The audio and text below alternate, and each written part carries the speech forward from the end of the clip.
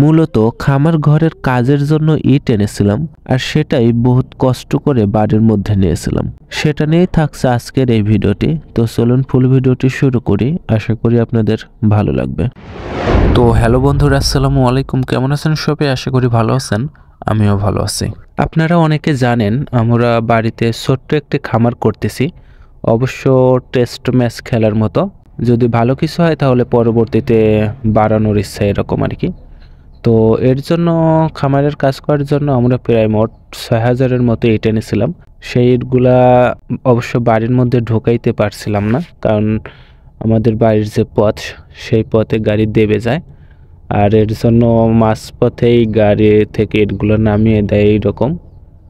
তো যেহেতু আমরা খামার করতেছি বাড়ির ভেতরে, সেজন্য আমাদের ইটগুলা বাড়ির মধ্যে নেওয়ার খুব প্রয়োজন ছিল, কারণ এত দূর থেকে টেনে টেনে কাজ করা অনেক সময় সাপেক্ষ।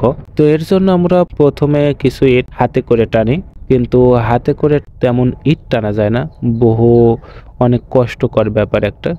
তো এর জন্য পরবর্তীতে আমরা সবাই মিলে সাথে রাকিবের ভ্যান ছিল, ওর সাথে করে আমরা ইটগুলা এইভাবে পথ থেকে বাড়ির মধ্যে আনি। তো আসলে এটা অনেক কষ্টকর বিষয় ছিল, সেটাই আপনাদের সাথে শেয়ার করা। একা একা কিছু করা যায় না, এর জন্য বাড়িতে আমাদের অনেকেই ছিল, তাদের সাহায্য নিয়েই করা হয়েছিল। সাথে আমার স্বাস্থ্য ভাইরাও ছিল। তো সবকিছু মিলে এভাবে আমরা আমাদের কাজটা সম্পন্ন করি। তো আজকের ভিডিওটি এই পর্যন্তই ছিল। কোনো ভুলভ্রান্তি হলে অবশ্যই ক্ষমা সুন্দর দৃষ্টিতে দেখবেন। ভিডিওটি ভালো লাগলে লাইক, কমেন্ট, শেয়ার করবেন। আর নতুন উদ্যোক্তা হিসেবে আমাকে সাপোর্ট করতে চ্যানেলটি সাবস্ক্রাইব অথবা ফলো দিয়ে পাশে থাকবেন। ভালো থাকবেন, সুস্থ থাকবেন। দেখা হবে অন্য কোনো ভিডিওতে। খোদা হাফেজ।